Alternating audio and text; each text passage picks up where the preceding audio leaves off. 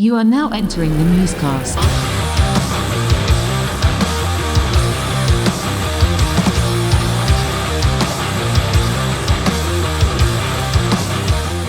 Good evening and welcome to MuseCast 71 with our special guest Jo Cro, vocalist for the band Black Candle Syndicate. What's going on? Deep down in the dim lit corridor of Doogie's fractured mind, schizophrenia laced with delirium, whispering tales of a malignant kind. Trap the rapper!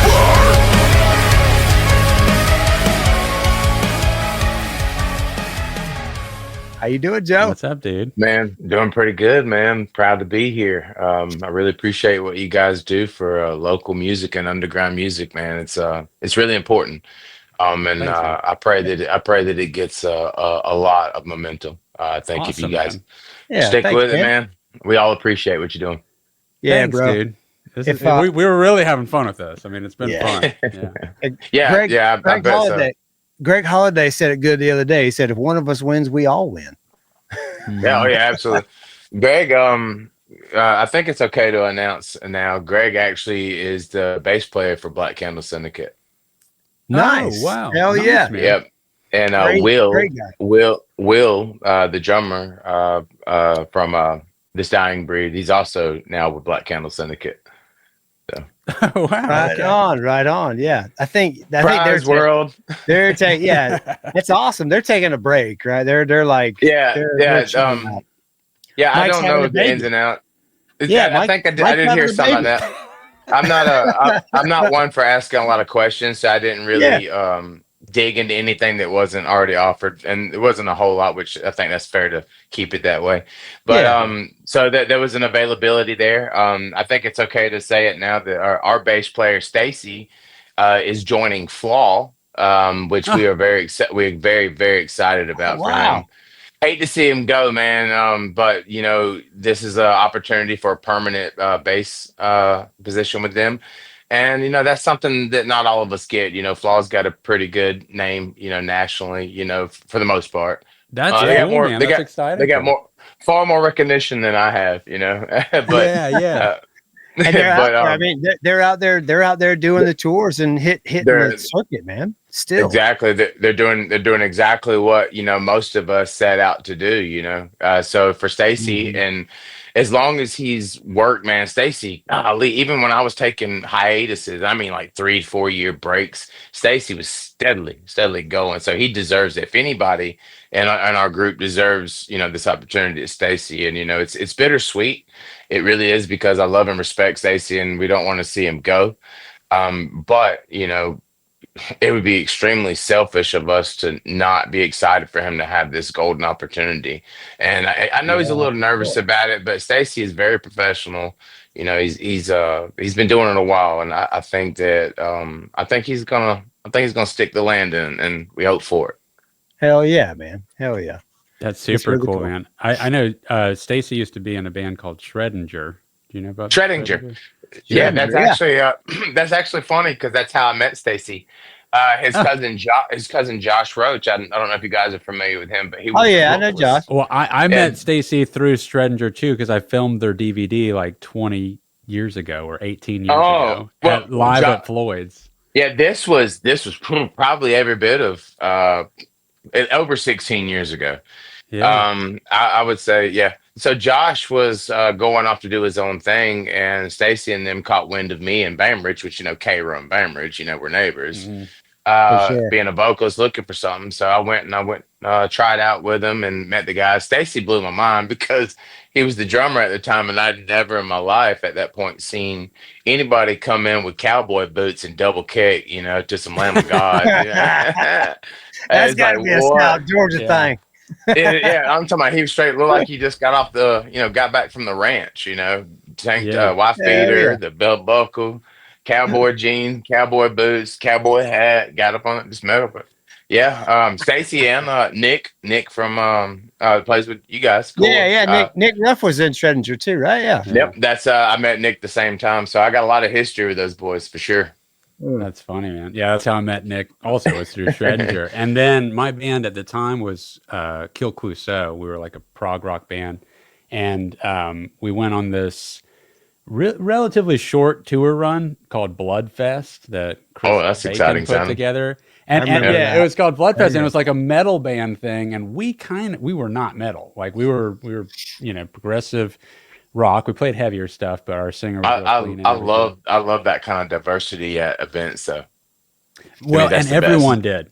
I agree. I'm right there with you. And when we played at all these metal shows on that little tour run, people really loved it. In fact, we got enormous feedback, and Schrodinger was one of the bands on there. It was like us. That's cool. Chris had assembled like 3 bands to go on the road, and we were one of them, and Schrodinger was one of them. And so, I got to know them. It was a fun little experience together. It was wild, man. And I also met BobaFlex then. I don't know if you've ever heard of that. I have. BobaFlex. I do remember BobaFlex. BobaFlex, and we got to play a show with them. And I had never actually heard them before. And so they were the final show of the tour run. And we did so good as an opener on the Bloodfest run that Christopher Bacon said, you guys get to pick whatever slot you want to pick. You guys have been killing it at these shows. Everybody's talking about your band. You get to play whatever slot you want. And we're like, we want a headline. We're like, well, this is the BobaFlex show. You mean you want to play before BobaFlex? And we were cocky. And we were like, no, we want to play after BobaFlex. After BobaFlex? After BobaFlex. And dude, they did a fucking show that blew. We were like, and they're like doing all kinds of 5-part harmonies and getting on top of each other's shoulders and shredding solos and and the drummers and they switch members. They switch members too. We've played with them a couple times back in the day, and I wasn't watching. I turned around. I was like, "Hey, wait a minute!" Yeah, it sounds like a very humbling experience, dude. We got and here's the deal.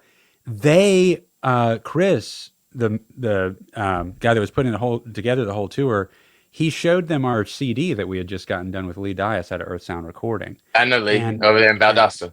Fuck yeah, and lovely. And these BobaFlex guys, he's great, man. He's fantastic to work with. Such a great guy.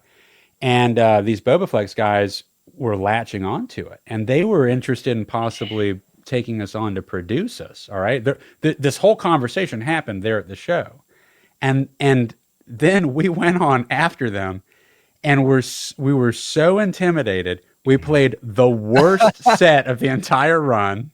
We sounded like shit, missed parts. I've been there. Looked green as could be, and they never talked to us again about anything. We're like, we blew it. Damn. And it was a humbling experience for sure. BobaFlex was like one of those road dog bands. You never really heard them on the radio. They never really got but they stuck around, superstardom, but they just went after it all the time. They came to Tallahassee about once every 3 or 4 months there for a while. They were really good, and we had none of us in the band had seen them play, and we had no idea what we were in for. Because there's headlining bands that tour that are just they're good bands, and we felt like we're on that level. We didn't know we were having to follow a real spectacle like that of so much talent, and it was amazing. They one of the singers from that band, Marty, the reason I even thought of all this, so funny we're talking about this, I saw a post from that singer, one of the main guys in it, and he has a different project called The Lonely Ones, and it looks like they're wrapping up a 10-song EP or a 2-song album. Yeah, and I checked out a little bit of it, and it's a little bit more old school rock, but it's all really good, still great harmony concepts. It's a little bit more old school sounding, like 70s-esque than BobaFlex, but it's got a lot of the traits of it. So anyway, I might reach out to Marty because he did remember me when I saw him at a show at Floyd's a couple years later, and we had talked about that and stuff. So he might be somebody to reach out to maybe even have it on the podcast. That'd be right on. That'd be cool as shit. Yeah. So, what are you using, the SM7Bs? Yes. Yeah, SM7 when they work, when mine works, yeah. Well, it's being silly, but that's what I record with.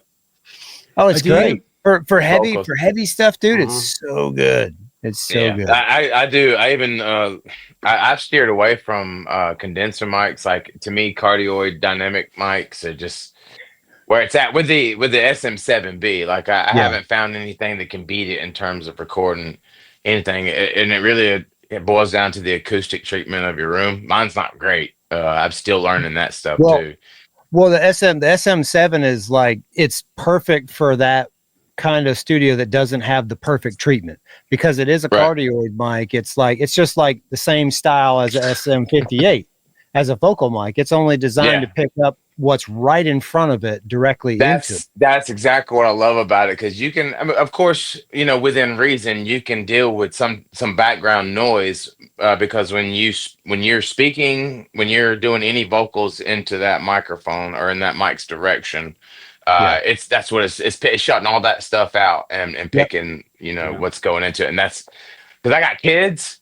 And man, that was a game changer for me. You know, trying to track things, even scratch tracks, you know, could be a little tough, but having that mic, it made all the difference in terms of canceling out that background noise. Now, there are still remnants of background noises in your mix and stuff, which I use stuff like X Noise by Waves plugins to kind of deal with that extra background stuff, but you can't beat them, man, for the price. Those mics are amazing, and really Shure anything. Sure is just Shure's great, man. And the SM7s are fantastic. Waves makes great plugins. It's crazy what you can do. I have their entire catalog. Do you? Yeah, dude. I don't blame you. I think I have 30 grand almost, worth of the plugins for them. Yeah. Black Friday. Black Friday. Black Friday, 100%. And that goes for video editing stuff too, man. I mean, I've racked up on so much software during the Black Friday stuff. I wouldn't have half the software I have if it wasn't for Black Friday. Do you have the Abbey Road bundle that Waves came out with? Have you heard of that? Me? Yeah. Probably. Actually, yes, I do have a lot of the Abbey Road stuff. Like when I say the entire catalog, I mean it's like 600 plugins. Yeah. 600. Yeah, it's crazy. I've had it for like 3 years and I still don't even know what I got. You've used seven of them. Honestly, I may have used 7 of them. I did the same thing when I got like one of the big diamond packages one Black Friday, and at first I was like, you find one and they all sound so good. So I found a compressor. I was like, I love this compressor. And I just used that one. And then I love this EQ. I just used that one. I love the mastering suite that's on the Abbey Road is like, that's what I love about engineering and different engineers, because, you know, there are wrong ways of doing things, obviously, but there's really no wrong way of exploring engineering and dynamics and what people hear, obviously, because music wouldn't evolve the way we hear it today. Next year, it's going to be different, so on and so on. So like that's what I love about engineering is and having that many plugins, even though I don't use a fraction of them, is the near endless availability for me to use at my disposal. Yeah. And the more you do, the more you experiment, you arrive at something that you feel is finally, like, at first you're blown away that you're even achieving the sounds that you are, right? Oh yeah. Absolutely. And sometimes it can be a struggle to get there, but when you've arrived, you're so satisfied, you're going to just, let's get this down. Let's see if I can repeat this 5-10 times. And then you start picking up on something's missing on this one. Do I have something that can tackle that one little zone? This is the same thing in video. Most of my editing's video land, but it's the same thing. It's like I realized there is something missing, and then you research, you realize you have the tool to do that. You just didn't know to ask a question yet, but you'll arrive at those questions gradually over time. And there's so much to tinkering versus just reading. I mean, there's nothing like just having it in the editor. Trial and error. You know, you got to just keep fucking around with it. The problem is, and we've talked about this before on the podcast, you will think that you finally really figured out something. Right. And then you happen, and this is why it's good to do A/B testing a little bit, but like, then you listen to something that's professionally recorded and you realize how lackluster everything that's missing immediately. Yeah. Sometimes. Usually anything that boosts the volume a little bit will make you go, oh, it sounds better. Right. And then you've volume check it. You screwed your ear up then, right? Like you have to give it a break for at least a few minutes to reset and then re-enter, because once you go high, you can't come back down and accurately. You start getting that ear fatigue, and you don't hear the things the way we've all ran into it as engineers, even with video and the audio 100%. with it. Sounds great. When you spend hours messing with it, you finally get to a point, and then you go to sleep and give your ears a break, and when they rest, you come back and listen to it, just sounds like shit. It's like, it really. What was I thinking last night? You just realize how it's off. And in video, one of the parts that happens for me the most on is the color grading, which is a process where after the video is filmed it's in a log profile, so it's almost black and white. And so I go in and color every single time the scene cuts in a video, it gets a color treatment. And you will just be lost in your eye gets fatigued, and you think that you've got a great look, and then you go look at something, and you come back, and you realize everybody's skin is yellow, and you fucked up. Last night? Yeah, and it's just, wow, this looks like shit.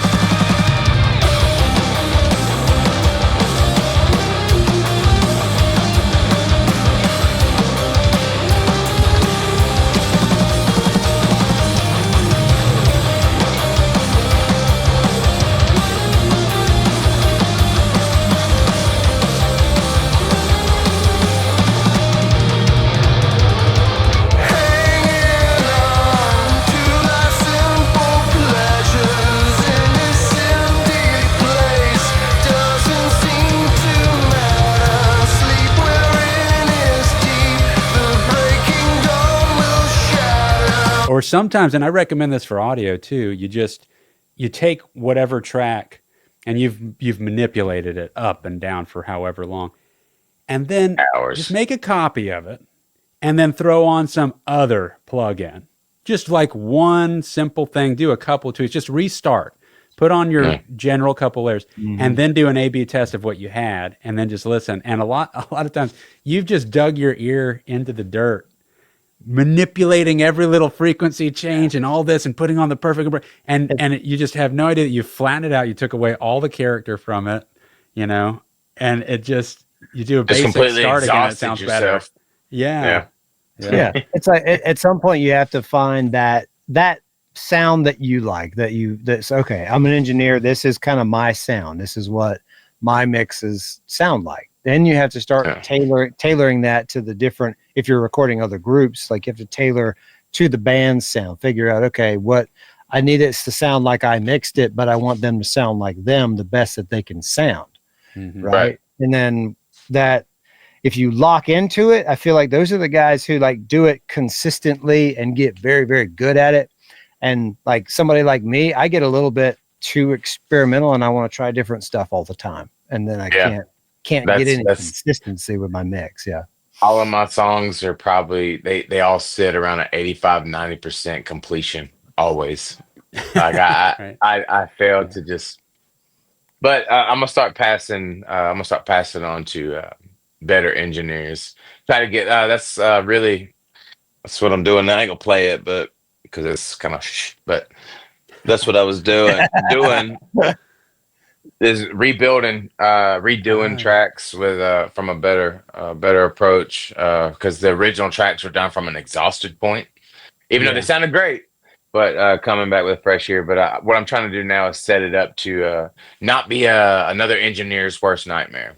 So when I send the stems off, because I've been told that I was a engineer's worst nightmare because my tracks are usually not that uniform. They're all over the place. So now I'm taking what used to be like 56 tracks and compiling it down to maybe 25 tracks at most. Okay. Less if possible. To make it easier for the engineer. That include individual drums too? Or are you sending them? Yeah. We have all those stems ready to go. The last thing that needs to be done are vocals, that's my department. Right. That's what I guess you would say specialize in. I'm not really special in. It's my favorite field. Yeah. Well, it's a science. It's different from the rest of them because your voice is not as loud as the guitar amp. It's not as loud as the drums in the room. So it's a different animal. We've been, my brother and I, my guitarist, the other engineer, we've actually been recording the Stronghold here at the house. And hell yeah. We have taken a break from that because of the new drummer and the show that came up. But I don't know if we were supposed to put that out there, but that's out there now too. The Stronghold, the guys are great. We love them to death. They didn't have anything recorded, and I was like, man, dude, I'll do it for free, no charge. Wow. Listen, if we can just squeeze it in, But we got and man, those guys, I got to give them a shout out, dude. Big Ed, man, they come to work. Those guys come to work. There's no time wasted. Is John Langley still in there? Yeah, John. That's my old bass player from Kill Clouseau. Dude, that dude is so great, man. He actually came to support us at the show, the Jambacue, so that was really cool for him to show up. Big cool. Ed, Big Ed had a wedding to go to, so I understand. Sometimes you can't just be in places; you got to be other places. But I know he was there in spirit. He sent his love, and so we knew he was there in spirit. But yeah, Jonathan Lang, he came. He showed up, but he comes here to the house and does the little. My brother records the bass and the guitars. We haven't done the drums yet.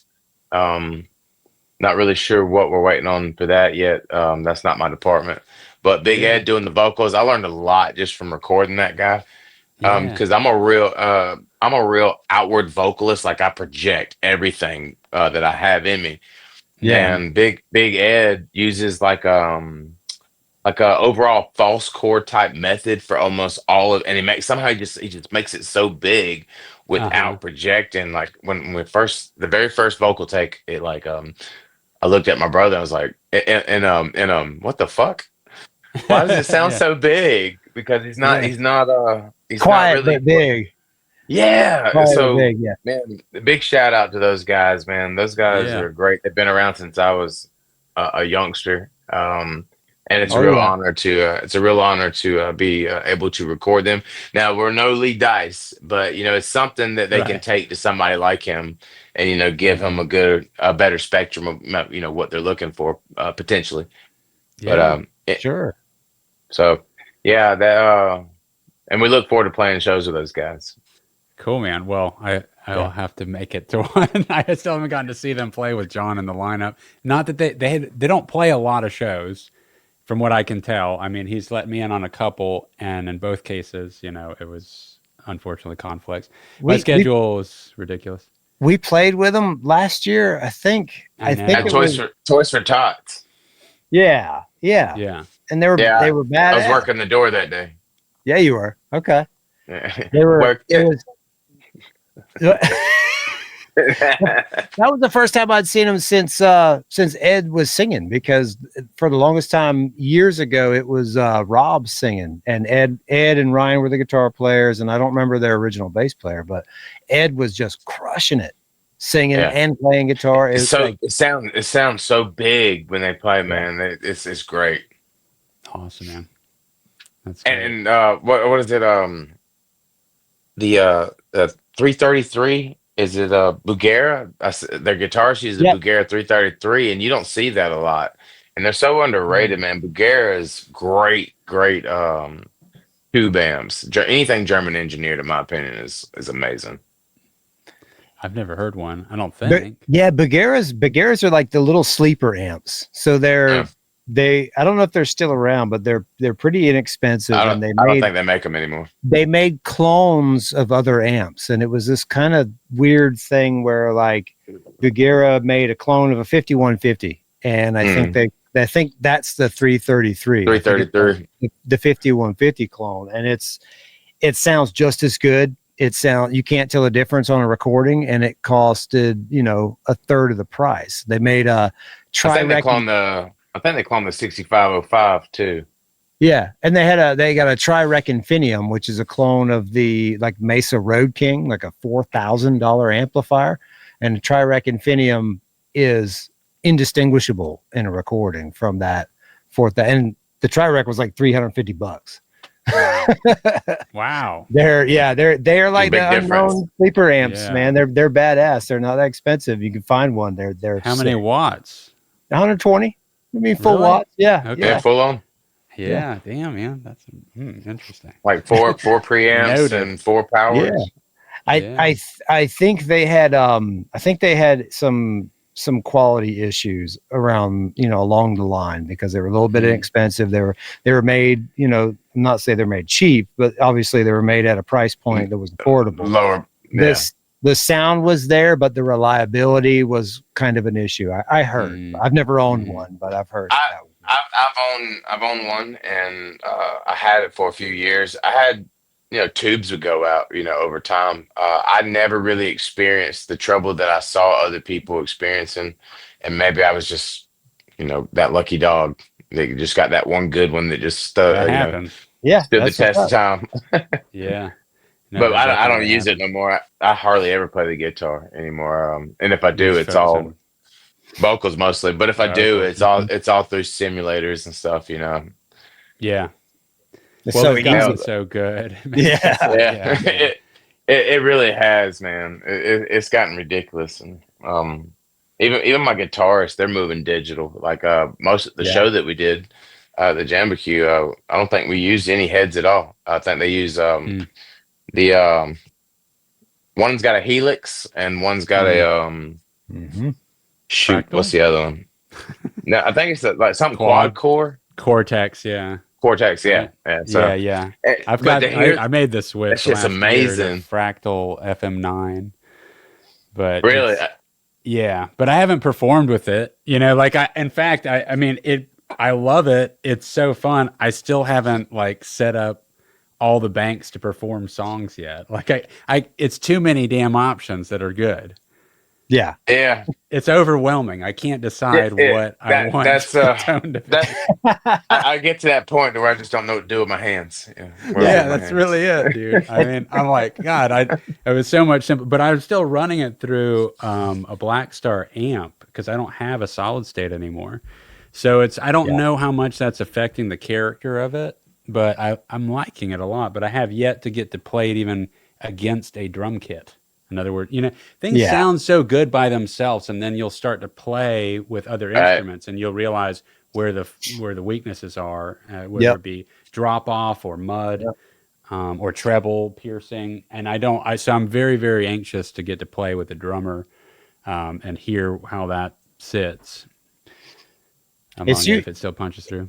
It's usually for me, like I feel when I have a lot of gain, it sounds great when I'm playing in the room. It's chunky, it feels good, and then when I play with the drummer, it just muds up and kind of turns into nothing.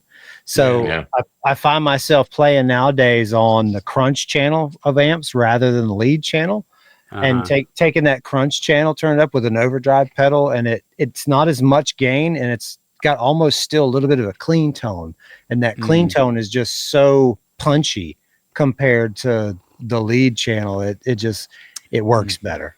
Yeah. Well, I like your tone. I think Dick's good at getting good tones.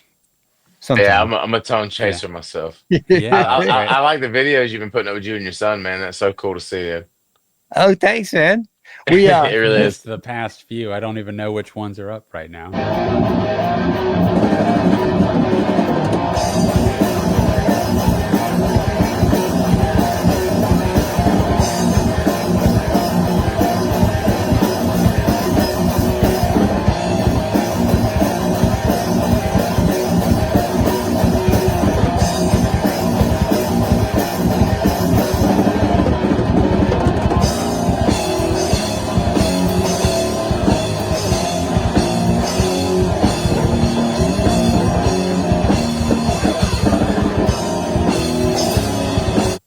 Him and I got the chance to jam earlier tonight for the first time in like a week and a half, because I've been so busy. I've been working all day, all night, crashing, not on social media or anything.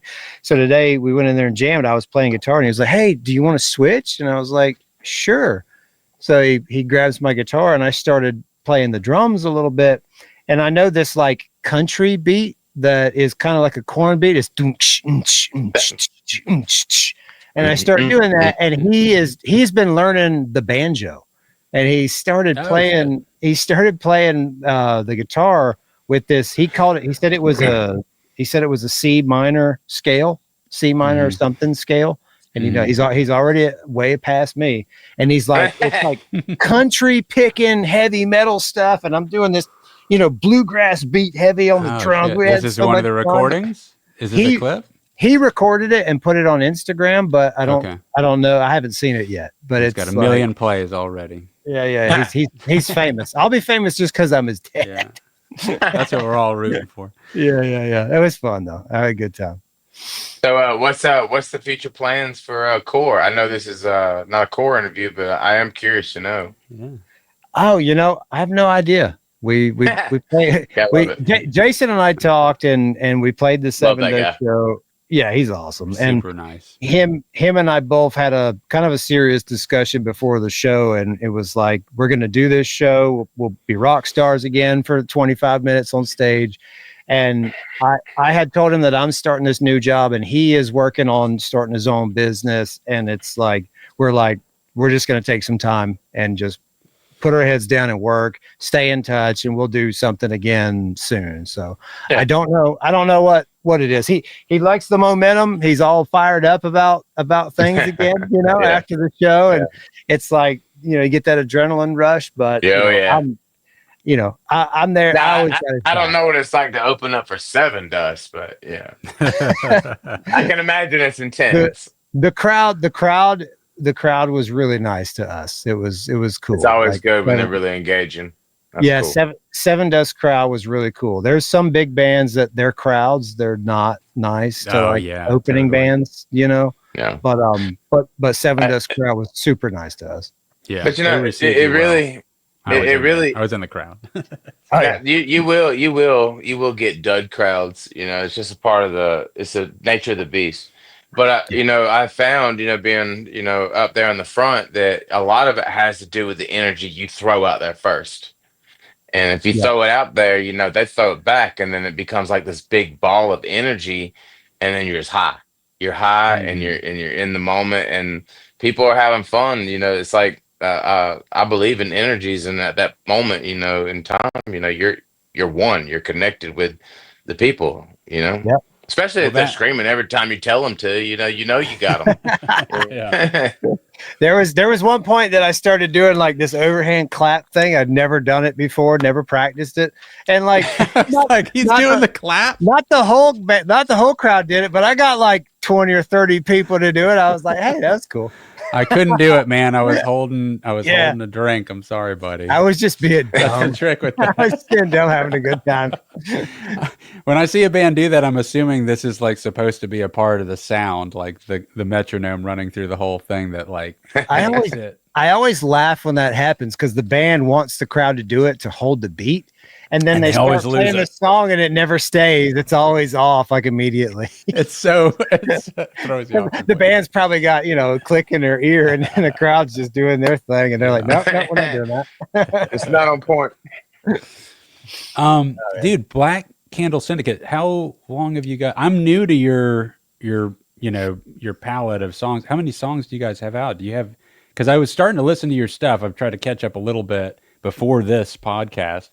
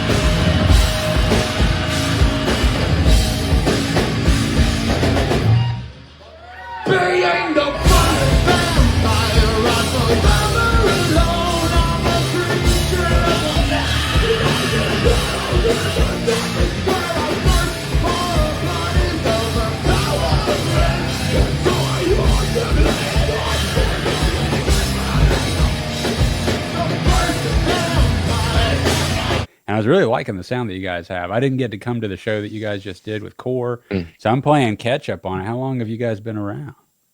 All right, so that's an origin story of its own. So it started out in Tallahassee. A dear friend of mine who passed away tagged me in a post. I'd already had a project going on, and at this point, I was in this particular project as a friend because I had reached a point where I was burnt out on playing with very talented but lazy musicians. Yes. So, and that's actually where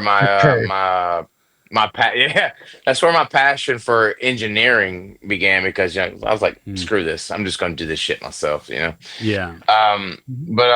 So a friend of mine that I respect dearly, God rest him, he tagged me in something. He don't normally tag me in stuff like this, but it was Jeremiah Priest. I don't know if you guys know him.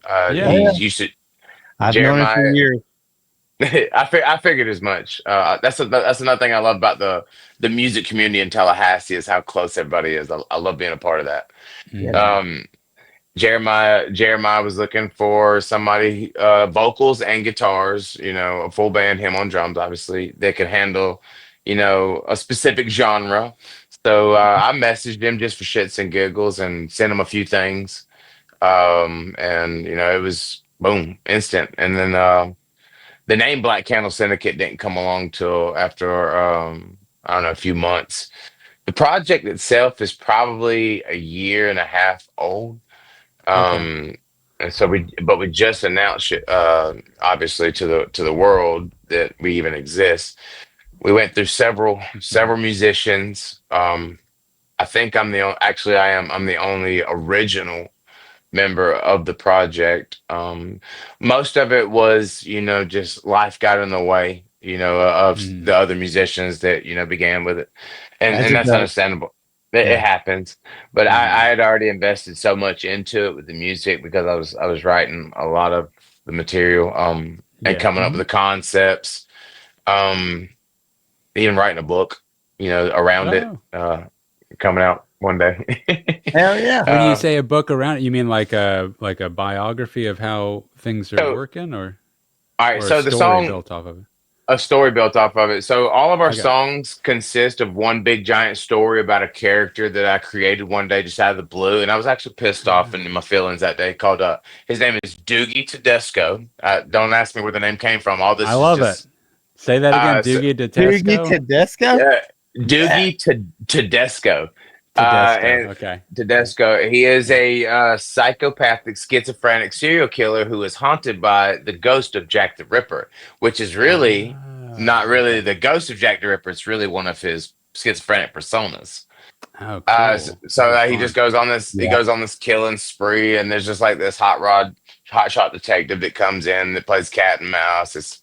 There's a lot to it, but all of our songs consist of that, and we haven't really put our music out there for the public to. A lot of people have heard it, and you hear clips and stuff, throughout videos, but we haven't actually published anything officially.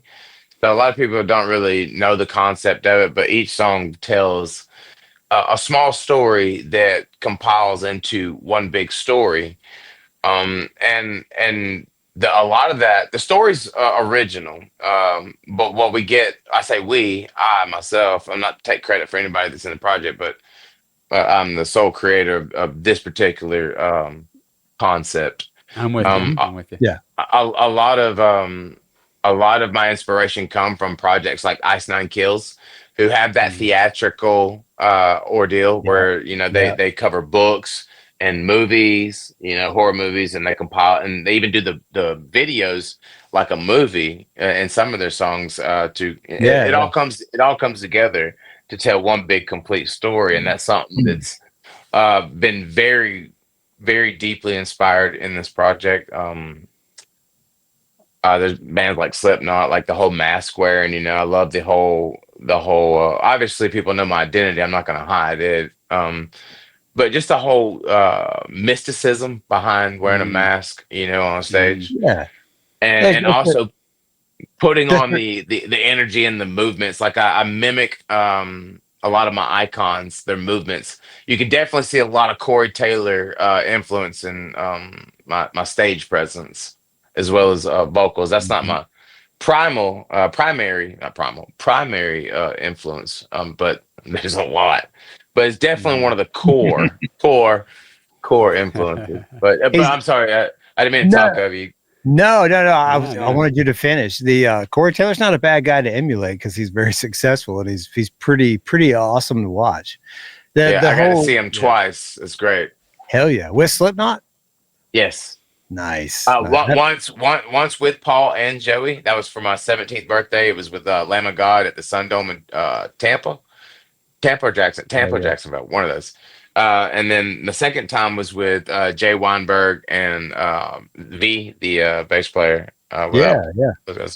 But I haven't seen him since then. I can't remember what year that was. That was maybe 2016. Okay. Maybe 17. That's awesome though. No, but I was gonna commend you on the concept album process. I think it's cool. I like it. Some of my favorite albums are concept albums, the ones that tell the story from front to back. It doesn't have to be necessarily, a continuation, but each song is like a metaphor of a different piece of that journey. Yeah. It's cool, man. I like it. Me as an artist, I appreciate things like that, things that kind of leave you hanging, but also you're like on point too at the same time, and always kind of set up one thing to, go into another, to kind of lead the kind of gripping, kind of keep the listener engaged, and the whole storytelling behind it, it kind of gives people the opportunity to really immerse themselves emotionally and attach themselves to, specific characters or Doogie, because the way I have him written, it's going to be one of those. It is one of those you love him, but you know he's fucked up, but you still love him because there's an origin story, and I can't say too much. Like an anecdote. Yeah. So when you write the music, Joe, do you write lyrics out first and then like fit them into the song, or do you kind of write the melody first and like what's your process with it? That is a big question because it's not ever the same. Mostly I'll sit down and listen to the melody and I'll hear something in my head, lyrically, and I'll just build off of it a lot of times. And then sometimes I don't even know what the story is going to be until I'm halfway through. Sometimes I go in with, certain emotions that, tell me right away when I hear this music, this is what I'm going to sing about. This is what I'm going to write about, which is always an easier process to have a plan.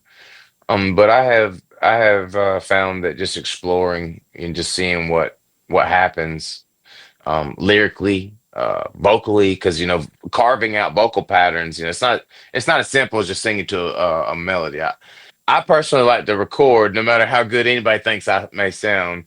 That's flattering, but behind the scenes I'm shit because I have a lot of work to do. But I go through a lot of processes, a lot of shitty ass processes to find those what I think are gems of vocal patterns and Go ahead. No, I would say it's different, man. It depends on the mood. It depends on the music and the what frequencies are hitting and pushing through my body at the time. It's different. But with this project, the writing process is always pretty much just the same thing. It's telling a progressive story about a person that started out as a decent, innocent person that suffered an injury that, had some really twisted outcomes, and how that transpires, with his conditions and the things that he delves into, and there's 3 volumes. I will say that much. There's 3 volumes to this whole thing.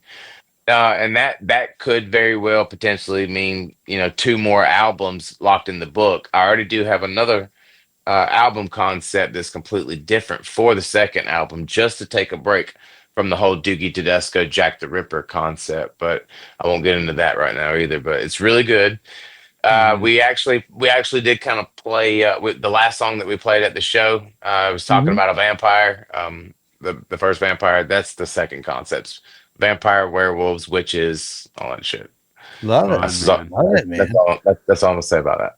Hell yeah, yeah. yeah. No, Well, it's so fun to go ahead, Dick. I'm sorry.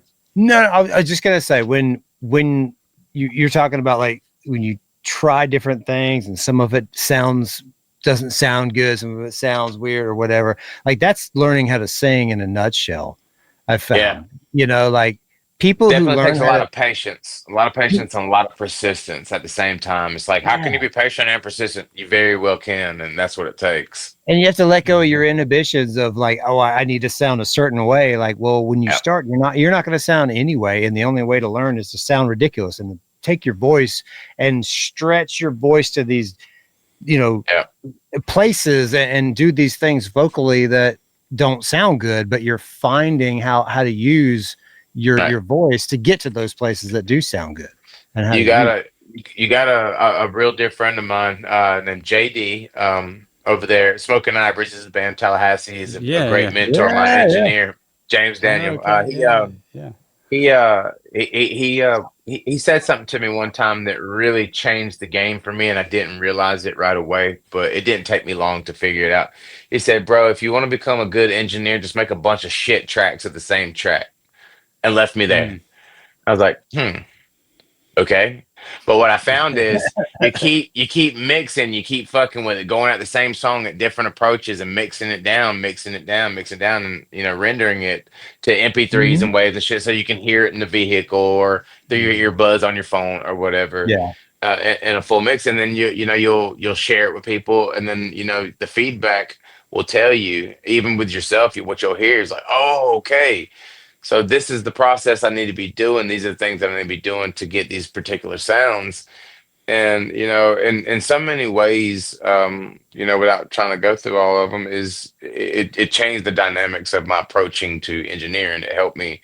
It was kind of like kicking the ass, that push to just make mistakes, make a lot of fucking mistakes, because it's going to happen. Don't worry about making mistakes.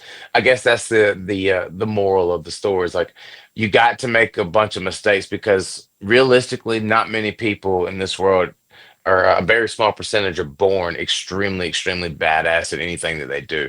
Most of those people have to make a lot of mistakes and fall and learn from those mistakes. And instead of letting those mistakes kind of, dissuade them from progressing and pursuing, that passion and letting it die out, you just kind of jump over those hurdles, and push through. No matter the trials or the tribulations that may come with it, or the struggles or anything. You just gotta, and sometimes you do have to take a step back, but you just gotta keep bulldozing through that. And I think that's exactly what JD was trying to convey to me, was to just keep going, keep pushing, keep fucking up. Fucking up I encourage you to fuck up. That's the common thread with anybody who's ever become successful or great at anything, and it's their attitude on the failures that they experience on the way. Yeah, right? That is really the defining moments in this whole journey, is how you let it affect you and what you do with the information that you collect along the way. You know? I think I agree with everything that you're talking about, and that is absolutely the journey that I've gone through in the video world in particular, but also guitar did not come naturally to me at all. I think you look like a fucking rock star. I don't think I've got the pleasure to hear anything and I really hope to change that really soon. I'd love to get familiar with your work. Oh, okay. Absolutely. Yeah. Well, and the Cue the Muses stuff, I mean, this whole concept that me and Dick really came together for the Cue the Muses project. And that is a concept thing where we made a whole sci-fi comedy show. And so we have these 30-minute episodes, and in each one we're unveiling a new song as part of the album. And it's like an epic music video. And so that we're working on this concept. We've already filmed the last 2 episodes, and we have the last 2 songs recorded. We have a different singer on every song from different bands throughout the Southeast. And it's been we're approaching a 5-year project at this point, just to make the 3 episodes that have come out with the music videos inside of them, because they're so they're so massive to take on from a production standpoint, but it's really fun. We'll get you up to speed on all that stuff. I'm very interested. Yeah, I think you'll have fun with it, man. Hey guys, if you're enjoying the podcast, that's awesome. We really appreciate it. But you should check out our full actual web series if you have not seen it yet, because this is where we put all the effort into a production.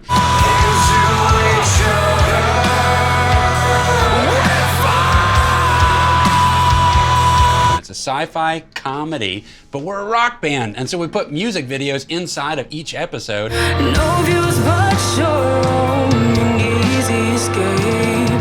Don't pay no mind to what they say. They're in their own world anyway. Each episode features a new singer on each song that we unveil within the episode. And will they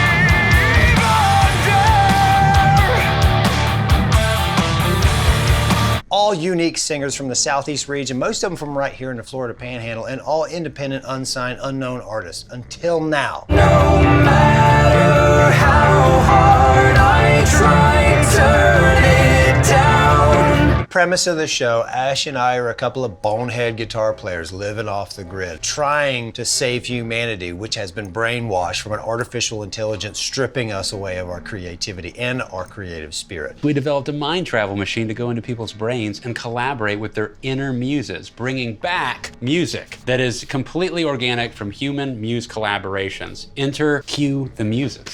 You know what, we're kind of getting sidetracked, man. There's only so much time for frequency absorption. We need to hop on it. Can you fire up the cadence tubes? Yeah. And I'll go ahead and get my shoes tied. Okay.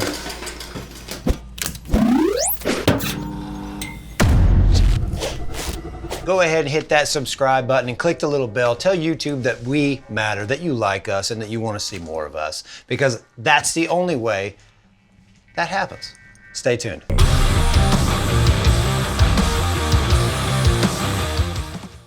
But all the testing and trials and tribulations, I think one of the things that really set me over the top was putting myself in a situation where I didn't even have the option of doing it solely for myself. So in the video work realm, taking on projects or selling myself on to a client, and beyond the means of the abilities that I had, you know, a video type that I'd never done, I was still getting my feet wet. But I've taken this money and I've got to produce this end product.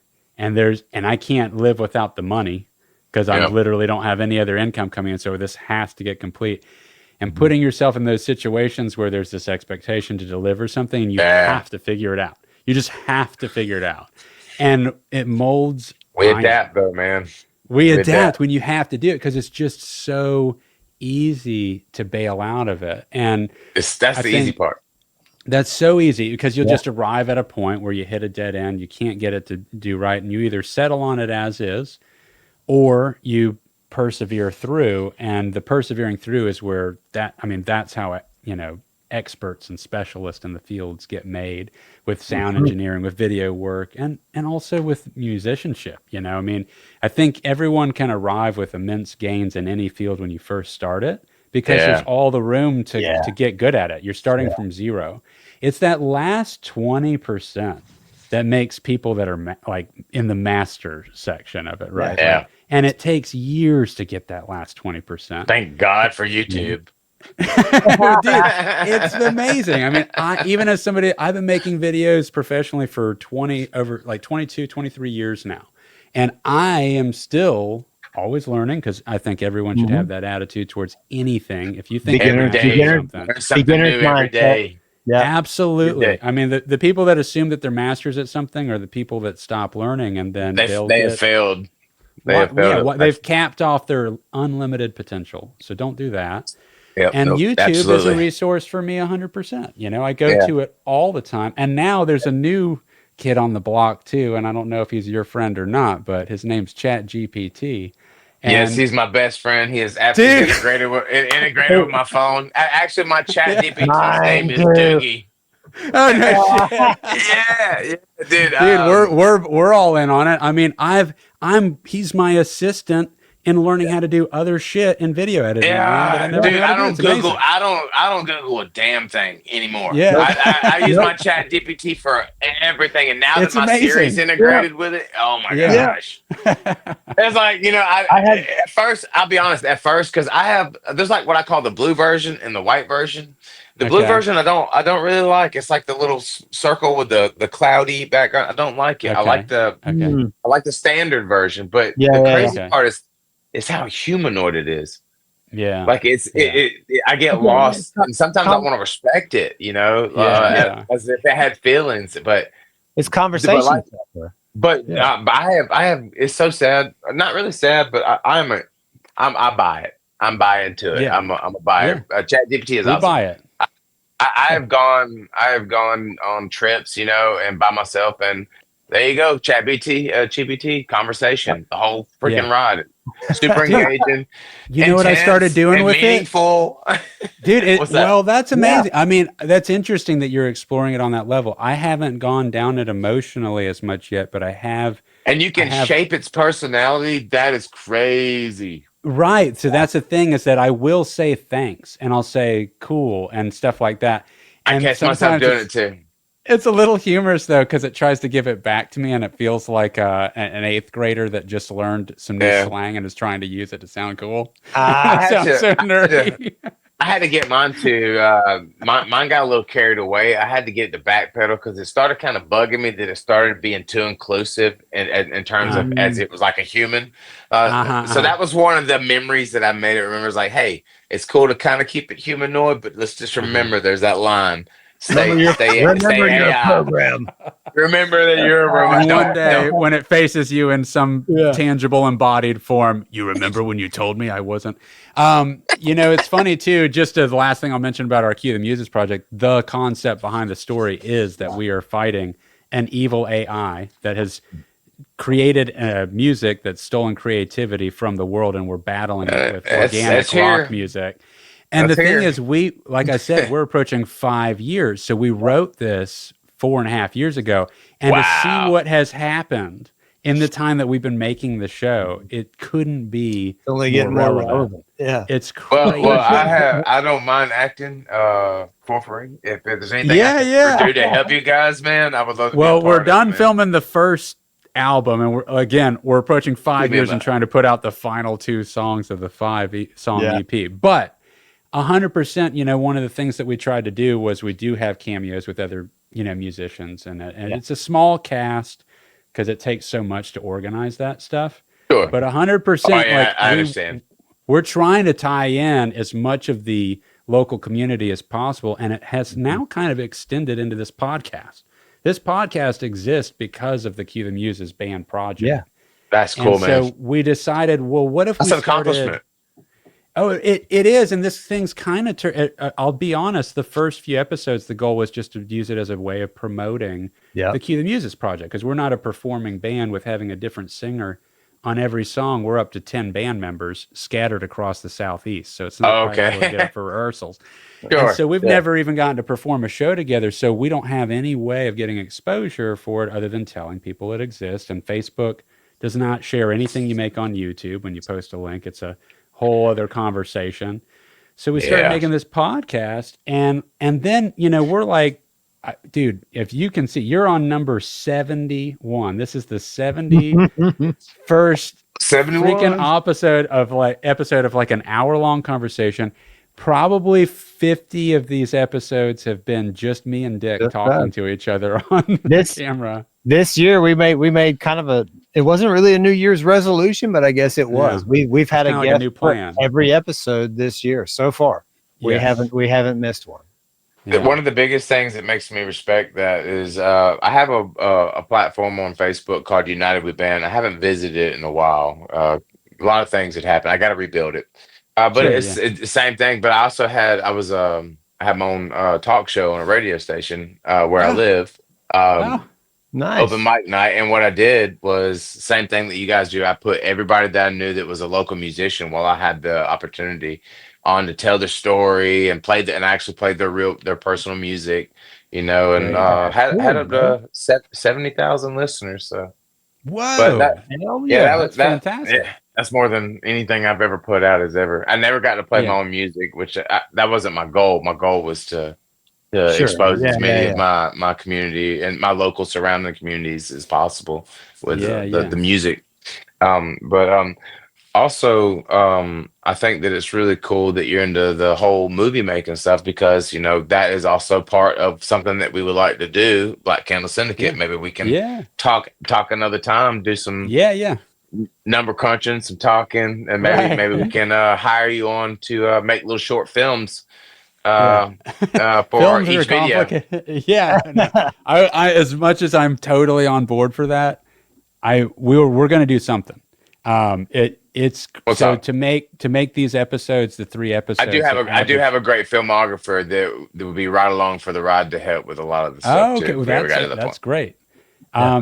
They took, but to have that extra, and we'll talk about it though. I want to. I definitely want to because I dig your sound, man, I for sure, and I love that it's an actual concept that you have running with a book. The whole thing. I mean, you're gonna, as you learn more about our project, you'll understand how close to home your whole concept is, and that the concept album approach and how fun it is to take advantage of this multimedia experience for people.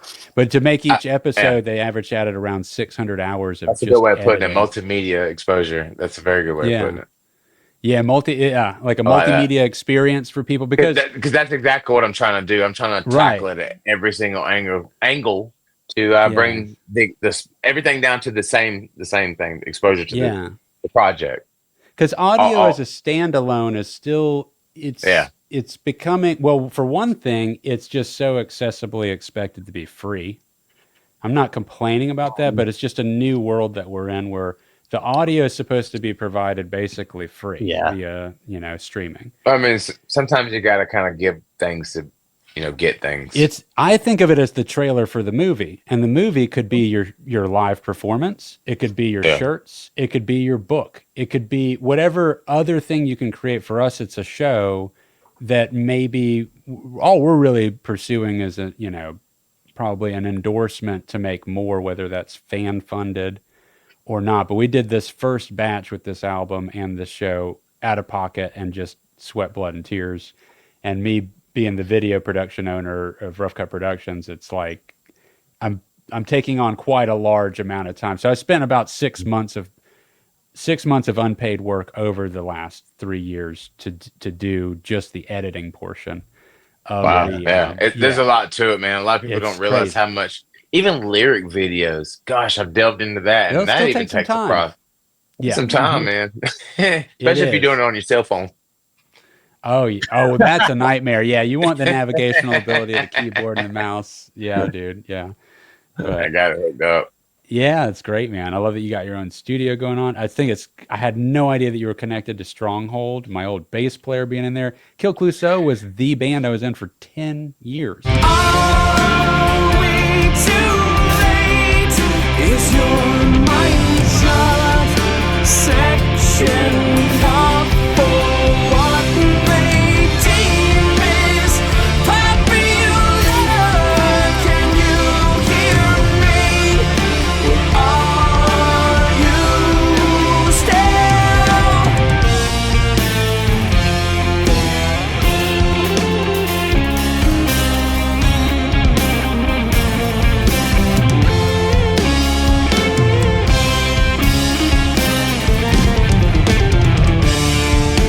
That's the band that I was in.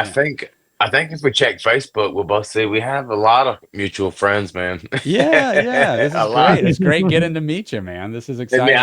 It's a pleasure. Yeah, dude. I said, you definitely look like a rock star for sure. Right on, buddy. You got the fame look.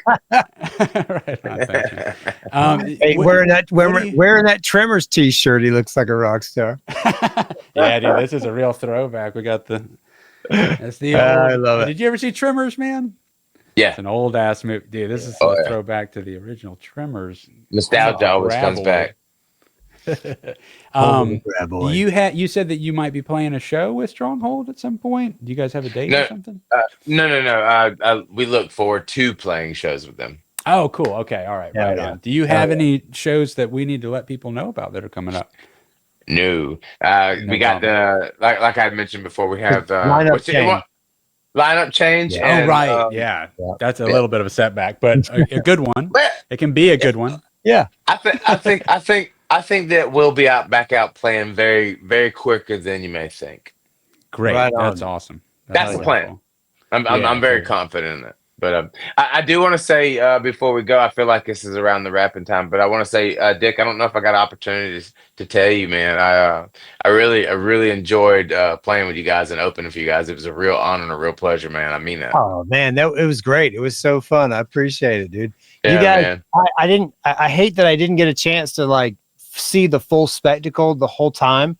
But I remember I was in the back room, like we're getting ready. You guys were playing, and I really didn't register. I'm like I do this workout thing before we go on stage. So I'm doing like these burpees and stuff back there. And Jason comes back and he's like, "Bro, who the fuck is that playing right now?" Like he was like freaking out. I was like, "Oh shit, that's Joe's band!" And like I ran out there. I got up front. I got to see a little bit of you guys playing. It was so cool. It was so good. I appreciate it, man. Yeah, And that's some of what I saw was just clips that you guys hear from the Jambacue. And again, I actually had to go and cut holes in my mask to nose better. Yeah. So you can breathe. You breathe a little bit. Because I'm surprised I kept the mask on the whole time, man. But so yeah, my homegirl Nicole in California. I will send a link to some of you guys. She's the one that makes my mask. Cool. She is amazing, dude. Yeah, Nice. send a link to that thread we're on. Yeah, well, man, she's a professional horror effects. She like does zombie movies, all kinds of cool shit. She's the real deal. Awesome. So yeah, I will send the information with her in it. She deserves it. Anybody out there looking for really strong Slipknot material, strong masks that are really good for performances, you may have to modify them to your own once you get them. But she's very, very good. That's Hell awesome, man. So, I mean, shout out video to Nicole. land, like that could come up too. Oh, Yeah, shout out to Nicole, man. She's great. That's awesome, man. Yeah, give us the links to that. Give us the links to Black Candle Society and anything else you want to share. And we're going to put it. I'm so sorry, Syndicate. Black Candle Syndicate. Chris Godwin was doing it too, and Why did I think society? I'd never even said society until just because you think Black Label Society, Black Oh, Candle is that Syndicate. what I'm That's referencing? what it Oh, was. okay. No, but this is different, man. I love what you guys Black got Don't let going go on. mistake, though. I like the Acceptable. graphics and everything and the artwork that you got going on. I like the whole spin on it. And I didn't know it was tied to a story, so that's cool. So I'm just getting to discover you guys too. So we'll play catch up on each other's stuff and just give us anything you want us to share in the description. We'll get this episode out this weekend. Yeah. And and then from there it's out. And I'll be making clips and stuff too that'll be going up randomly over the month. Great, man. You guys will be experiencing this whole ordeal with us as we experience it. Like now that we're out there, everything that we got, we're going to start throwing out to a degree. Cool, man. We got to be careful. You can't give everybody everything. Yeah, but It's tricky, in a closing statement, because you bring that up. I feel like we were very reserved with how much we revealed about Cue the Muses along the way, our project, and it was taking so much effort to do. And in retrospect, as I'm starting to work with more artists, I am starting to lean more heavily in the direction that unless there's already a large amount of people that are waiting for it, it's better to just have the activity and release more along the way, because the world still won't know about it when it comes out if you don't already have the audience. Now, I'm not telling you to do that officially. no, But in retrospect, I wish we had done that was my more. biggest thing, because like I've been keeping this under wraps for, I would say, a little over a year. Well, my time perception, I know it's been over a year. But keeping it under wraps and building the material, even material that I've had years ago that I didn't know that I was going to end up using here. It's been a long process. So I definitely have a fuck ton. Can I say fuck? A fuck ton. You already have before. You say fuck. It's all good. The dad in me came out. A fuck ton of material already ready to go. My chamber's already loaded, and my next chamber is already loaded. It's that third set of, that I gotta get ready to rock and roll. So that, like you said, because once you put it out there and you start nabbing a crowd, they're gonna chew it up and they'll get bored with it quick. You got to balance that shit out, keep them engaged. That's right. Yeah, it takes a lot of content to do it. So that's why we have the podcast. That's our hour, boys. Joe, it's been man. great having you. Ash, good talking to you. And thank you appreciate guys you, fellas. for listening. Absolutely, brother. We will see you on the next one.